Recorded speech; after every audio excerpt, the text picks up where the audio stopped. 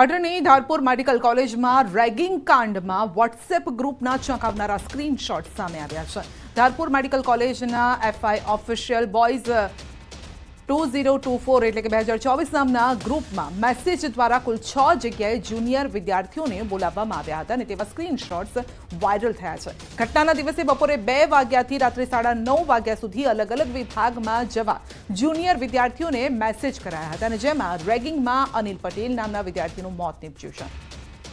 વધુ અપડેટ મેળવીશું સંવાદદાતા અશરફ પાસેથી। જી અશરફ, આ મામલે અલગ અલગ ખુલાસા થઈ રહ્યા છે અને વધુ એક અપડેટ જે સામે આવી છે, વોટ્સએપ જે ગ્રુપની ચેટ અત્યારે આપણી સામે આવી છે, શું છે આ ચેટમાં, શું કહેવા માંગે છે? બિલકુલ સંધ્યા, સમગ્ર ઘટના જે ધારપુર મેડિકલ કોલેજમાં બની હતી, જેમાં એક જુનિયર વિદ્યાર્થીનું રેગિંગના કારણે મોત નીપજ્યું હતું, પરંતુ સમગ્ર ઘટનામાં અગાઉ પણ એક વોટ્સએપ ચેટ સામે આવી હતી, તેમાં જે રીતે જોન વાઇઝ બોલાવવામાં આવતા હતા, પરંતુ ચોક્કસ કહી કે જે અગાઉ જ ચેટ સામે આવી હતી તે જ રીતે વધુ ચેટો આવે છે। એટલે કે લગભગ 2 વાગ્યાથી 9 વાગ્યા સુધી તમામ જે જુનિયર વિદ્યાર્થીઓને સિનિયર દ્વારા એક મેસેજ નાખવામાં આવે છે અને અલગ અલગ બ્લોકમાં બોલાવવામાં આવે છે। એટલે ચોક્કસ કહી કે જે સૌરાષ્ટ્રના યુવકોને જે એક જગ્યાએ બોલાવવામાં આવતી ત્યાં આ ઘટના ઘટી હતી, પરંતુ અગાઉ જે અન્ય લોકોને અલગ બ્લોકમાં બોલાવવામાં આવ્યા હતા ત્યાં પણ શું રેગિંગની ઘટના ઘટી હતી નહીં તે એક સવાલ ઉભો થયો છે। પરંતુ ચોક્કસ કહી કે ધારપુર મેડિકલ કોલેજ પ્રશાસન દ્વારા જે અન્ય લોકોને અલગ બ્લોકમાં બોલાવવામાં આવ્યા હતા ત્યાં તપાસ કરી છે કે નહીં તે પણ એક પ્રશ્ન ઉભો થયો છે। પરંતુ ચોક્કસ કહીએ કે એક જ દિવસે 6 અલગ અલગ બ્લોકમાં અલગ અલગ જુનિયર વિદ્યાર્થીઓને બોલાવવામાં આવે છે। એટલે સમગ્ર જે સ્ક્રીનશોટ સામે આવ્યા છે તે ઘણું અને સીધા જ આપણે લઈ જઈએ અમિત શાહના સંબોધનમાં। ભારત માતા કી બહેનો, દૂધ જવાના ટાઈમ પહેલા પાછા મોકલી દઈશું, જરા જોરથી અવાજ કાઢો, બંને હાથ ઉપર ઉઠાવીએ, જરા ઉઠાવો બંને હાથ ઉપર ને જોરથી બોલે ભારત માતા કી વંદે વંદે। આજના કાર્યક્રમમાં મંચ પર ઉપસ્થિત ગુજરાત વિધાનસભાના અધ્યક્ષ, બનાસ ડેરીના ચેરમેન શ્રીમાન શંકરભાઈ ચૌધરી, ગુજરાત સરકારના કૃષિ મંત્રી રાઘવજીભાઈ પટેલ, ઉદ્યોગ મંત્રી શ્રી બળવંતસિંહજી રાજપૂત, સહકાર મંત્રી શ્રી જગદીશ વિશ્વકર્માજી, નાગરિક પુરવઠાના મંત્રી સાબરકાંઠાના જ ધારાસભ્ય શ્રી ભીખુભાઈ પરમાર, શ્રીમતી શોભનાબેન બારૈયા, મયંકભાઈ નાયક, રમીલાબેન બારા અને આજે જેમના નિમંત્રણને માન આપી આપણે સૌ અહીંયા આવ્યા છે એવા આપણા સાબર ડેરીના chairman Samarbhai Patel, Shri Nimeshbhai Shah, chairman NDDB Shri Ramanlal Vora, Shri V D Zala, ઉપસ્થિત સૌ સંગઠનના હોદ્દેદારો અને આજના કાર્યક્રમમાં ઉપસ્થિત ભાઈઓ અને અમૂલના શ્વેત ક્રાંતિના આત્મા જેવી ખૂબ પરિશ્રમ કરી ગામોમાં સમૃદ્ધિ લાવવાવાળી મારી બહેનોને પ્રણામ અને નમસ્કાર। ભાઈઓ બહેનો, આજે સહકાર સપ્તાહ નિમિત્તે હું સાબર ડેરીના 800 મેટ્રિક ટન કેપેસિટીની અત્યાધુનિક પશુ આહાર ઉત્પાદન કેન્દ્રના ઉદ્ઘાટન માટે આવ્યો છું।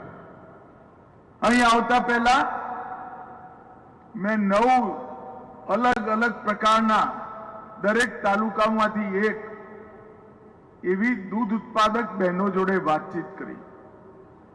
કોઈની જોડે જરાય જમીન નથી, કોઈ ગૌશાળામાં ગાયોમાંથી દૂધ ભરતા હતા, કોકની જોડે 20 એકર જમીન, એમાંથી 2 એકર ચારા માટે વાપરે, કોઈની જોડે 3 એકર જમીન, અડધો વીઘો ચારો કરી ગાયો ભેંસો પાળે, પણ બધાએ એક વાત સ્વીકારી કે અમે સન્માનપૂર્વક જીવી શકીએ છીએ।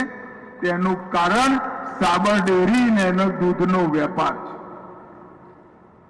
આજે 60 વર્ષ પહેલા સ્વર્ગીય ભૂરા કાકાએ એક નાનકડું બીજ વાવ્યું હતું.